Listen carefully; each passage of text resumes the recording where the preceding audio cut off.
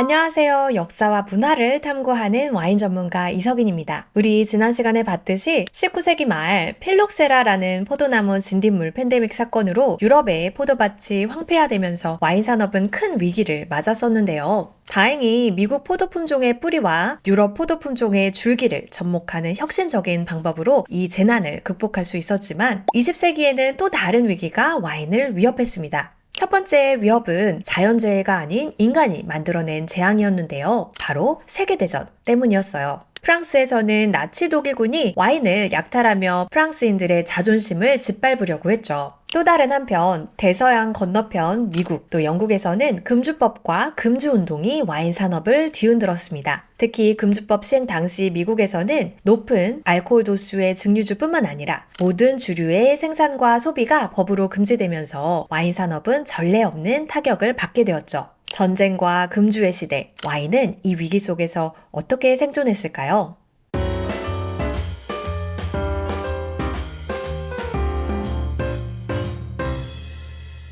나치 독일군은 1940년 프랑스를 점령한 이후 프랑스의 주요 와인 생산지를 대상으로 와인을 대량 약탈하기 시작했습니다. 이는 단순히 물자의 확보를 넘어 프랑스의 자존심과 문화유산을 무너뜨리기 위한 전략적 도구로 사용하기 위함이었는데요. 독일군은 와인 생산지의 와이너리를 직접 방문해서 저장된 와인을 체계적으로 조사하고 목록을 작성해 조직적으로 가져갔습니다. 와인 리스트를 요구하며 갑작스럽게 셀러를 조사하기도 했고요. 특히 독일의 와인 전문가를 파견해서 단순히 양이 많은 그런 와인만 가져가는 것이 아니라 최고급 와인만을 겨냥해서 가져오게 했습니다. 예를 들면 최고급 그랑크리 와인이라든지 최고급 빈티지 와인 등이 타겟이었던 거죠. 이는 프랑스 국민에게 심리적 굴욕감을 주는 동시에 와인 산업에도 실질적인 타격을 주었어요. 와인을 지키는 것은 곧 프랑스의 정체성과 문화유산을 보호하는 일이라고 생각했기 때문에 이들은 저항과 보호를 위해서 창의적인 노력을 기울이기 시작했습니다. 이들의 저항 방식은 마치 레지스탕스와 같았고 실제로도 몇몇의 와인메이커들은 전면에서 레지스탕스로 활동하기도 했죠. 샴페인, 보르도, 부르고뉴 등을 포함해 주요 와인 생산지의 생산자들은 와인을 보호하기 위해서 창의적이고도 치밀한 방법들을 동원해야 했는데요. 가장 대표적인 예가 샹파뉴, 지역에서 나타났어요. 프랑스의 벨레포크 시대를 거치면서 샴페인은 프랑스를 대표하는 가장 세련된 와인으로 자리 잡았고 이는 나치의 주요 목표가 되기에 충분했죠. 샴페인의 대표적인 와이너리 중 하나인 모에샹동 에서는 와인셀러 내부에 가벽을 세워 주요 빈티지와 와인을 숨기는 그런 전략을 사용했습니다. 독일군의 조사를 대비해서 와인셀러의 일부를 폐쇄된 공간처럼 위장을 하거나 셀러의 먼지와 거미줄을 덮어서 오래된 와인처럼 보이게 연출했던 거죠. 이러한 노력 덕분에 실제로 모에샹동의 많은 귀중한 빈티지 와인들이 약탈을 피할 수 있었다고 해요. 또 샹바뉴 지역의 베르나르드 노난크루라고 하는 인물은 전면에 나서서 해방운동을 했던 레지스탕스 출신인데요. 이후 유명 샴페인 하우스인 로랑베리에 또 살롱 샴페인 하우스를 이끌면서 샴페인의 전설적인 인물로 자리 잡았죠. 부르고뉴의 대표적인 유지이자 네고시안 가문인 조셉 드루엥 와이너리도 있는데요. 여기도 나치 독일군의 감시와 약탈을 맞서기 위해 다양한 방법을 동원했어요. 예를 들면 와인셀러의 위치를 계속해서 옮기기도 했고요. 또 와인 목록의 문서를 위조해서 실제 보관 양이라든지 보관 중인 와인의 어떤 품목 등을 축소해서 보고하기도 하고요. 또 오래된 와인을 보관한 것처럼 보이도록 셀러를 연출해서 독일군의 눈을 속이기도 하고 가벽을 세우기도 하고 이렇게 했는데요. 당시 역사적 흔적을 담고 있는 조셉 드루엥 와이너리의 지하 까브는 오늘날에도 부르고뉴 본느 에 위치해 있는 건물에 방문하시면 보실 수 있는데요. 독일군을 피해서 와인을 숨겼던 그런 가벽과 또 당시 와이너리 주인이자 레지스탕스로 활동했던 모리스 드루엥이 독일군을 피해서 도망쳤던 비밀 통로 등을 직접 볼 수 있습니다. 뿐만 아니라 보르도의 유명 와이너리죠. 샤또 라피트 로실드 같은 경우에는 와인을 보호하기 위해 일부 와인들을 포도밭 농민들에게 임시로 맡기거나 그들의 곡식 창고나 밭 아래에 묻어서 보관하기도 했다고 하죠. 또 샤또 보통 로실드는 빈 와인병에 저급의 와인을 채워넣고 독일군에 넘기기도 하고 또 라벨이나 병을 위조해서 독일군의 관심을 돌렸다고도 알려집니다.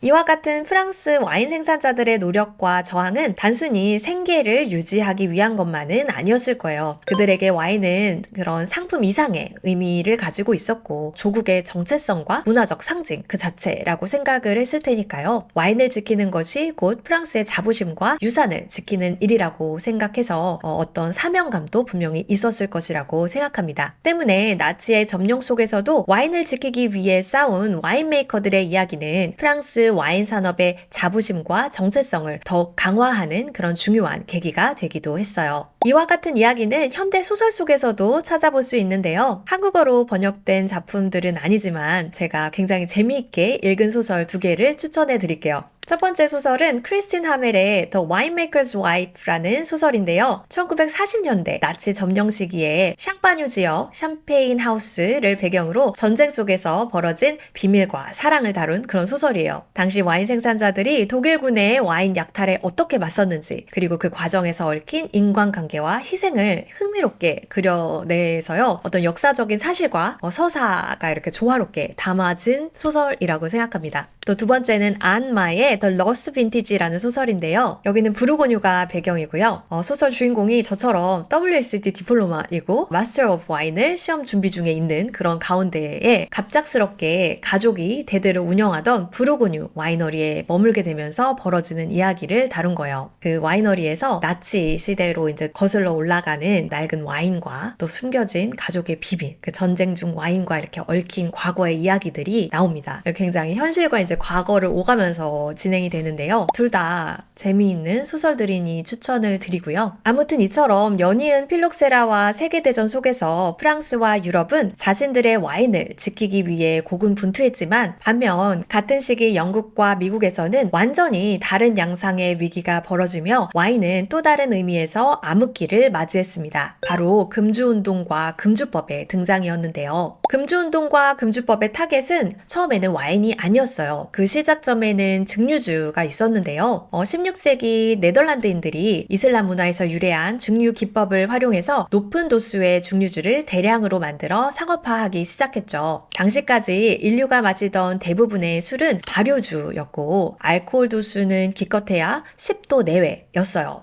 또한 와인과 맥주는 자연 발효를 통해 만들어졌기 때문에 사람들에겐 음료 혹은 식품에 더 가까운 인식이 있었어요. 그렇기 때문에 술 자체에 대한 경각심이 크지 않았던 거죠. 하지만 17세기 말 네덜란드인들이 개발한 허브향의 증류주 예네버르가 영국에 소개되면서 큰 변화를 불러일으켰습니다. 이 음료는 곧 영국에서 진이라고 불리는 증류주로 발전했고 18세기에는 영국 전역이 진 강풍, 진 크레이즈라고 불릴 정도로 폭발적인 인기를 끌었어요. 값싸고 쉽게 구할 수 있었던 진은 단기간에 대중화되었지만 그 대가는 심각했습니다. 당시 영국의 노동계층은 진에 중독되어 삶이 피폐해졌고 사회적 문제들이 급격히 늘어나기 시작했던 건데요. 인류가 수천 년 동안 마셔오던 발효주와는 비교할 수 없을 정도로 높은 알코올 도수는 사람의 몸과 마음, 신체와 정신, 그리고 사회 전반에 걸쳐 심각한 문제를 일으켰습니다. 하지만 당시까지 알코올의 의학적, 사회적 영향에 대한 연구가 전무했기 때문에 이 급격한 변화가 초래한 문제들에 대해서 사람들은 무지할 수밖에 없었는데요. 예를 들어 처음 자동차가 발명되었을 때 급격히 증가한 속도 그리고 교통법규의 부재로 많은 아이들이 교통사고로 목숨을 잃었던 사건들이 있었죠. 자동차라는 신기술의 사회적 영향에 대해서 이해하지 못했기 때문에 발생한 문제였습니다.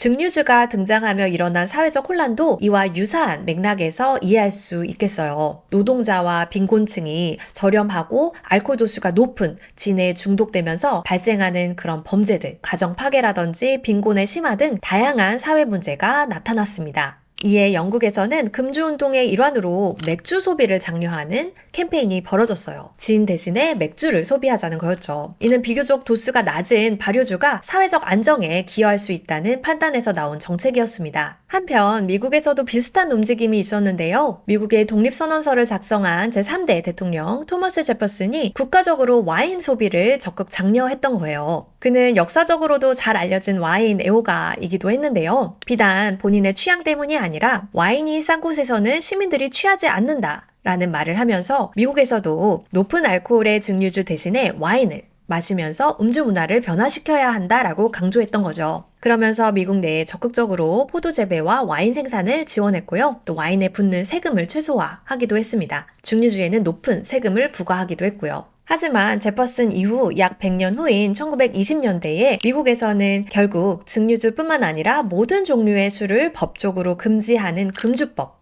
프로히비션이 제정되게 되었습니다. 이 사이에는 몇 가지 중요한 배경이 있었는데요. 우선 영국과 비슷한 맥락으로 대량 생산 기술의 발달과 당시 서부 개척으로 인해서 값싸고 대량으로 공급되는 증류주, 특히 저가 위스키가 노동자 계층에 널리 퍼지면서 이는 가정폭력, 범죄 등 심각한 사회 문제로 이어졌죠. 더불어 미국의 금주운동은 청교도적 윤리와 결합해서 강력한 사회적 흐름으로 자리 잡았는데요. 특히 기독교 여성 운동가들은 가정 내 폭력과 또 가난의 대물림의 원인으로 술을 지목하며 금주를 요구했습니다. 뿐만 아니라 1차 세계대전 이후 애국주의와 경제적 자립을 강조하는 흐름 속에서 곡물을 주류 생산에 사용하는 것을 반대하는 여론이 확산되었죠. 이는 모두 금주법 제정의 중요한 계기가 되는 배경이었습니다. 하지만 금주법은 미국 사회에 큰 혼란을 가져왔는데요. 종교적 의식은 계속 이어졌기에 종교적 술은 허용을 해야 했고 의료용 알코올에 대한 규제 역시 해결해야 할 문제로 남았습니다.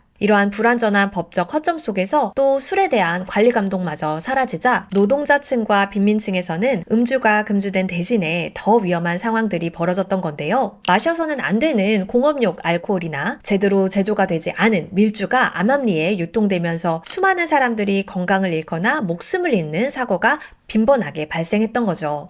반면 경제적 여유가 있는 사람들은 금주법과 상관없이 외국에서 술을 들여오거나 해외에서 자유롭게 음주를 즐길 수 있었고요. 금주법은 또한 전혀 의도치 않은 새로운 사회적 문제를 낳기도 했는데요. 대표적인 예가 밀주 산업의 성장과 이를 기반으로 세력을 확장한 전설적인 이탈리아계 마피아 알카포네였어요. 그는 밀주 유통을 통해서 막대한 부를 축적하며 조직 범죄를 확장시켜 미국 사회에 심각한 악영향을 끼쳤습니다. 결국 금주법은 1933년 프랭클린 루즈벨트 대통령이 취임과 동시에 폐지시키면서 역사의 뒤안길로 사라지게 되었죠. 19세기 말에서 20세기 초는 와인과 알코올을 둘러싼 두 세계의 대조적인 모습을 보여준 시기였습니다. 프랑스를 포함한 전통적인 와인 생산 국가들은 와인을 문화적 유산과 자존심으로 여겨 이를 지키기 위해 분투했고요. 반면 영국과 미국은 사회적 문제 해결을 위해서 술을 규제하고 통제했습니다. 이 두 경우 어느 쪽이 더 타당하거나 더 맞다고 말할 수는 없을 거예요. 각각의 독특한 역사적, 사회적 맥락 속에서 이해되어야 할 문제이기 때문이죠. 자연재해와 전쟁 속에서 목숨을 걸고 와인을 지킨 프랑스의 와인 생산자들, 그리고 높은 도수의 술이 초래한 중독과 사회적 혼란을 바로잡고자 금주운동에 나섰던 영국과 미국 사람들 모두 당시 자신들이 처한 문제에 최선을 다해 맞선 것이니까요.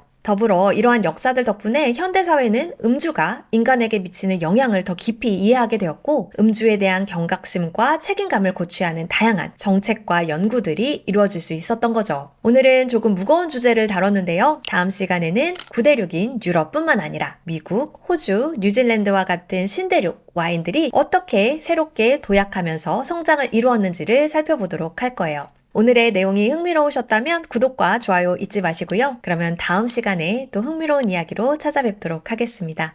감사합니다.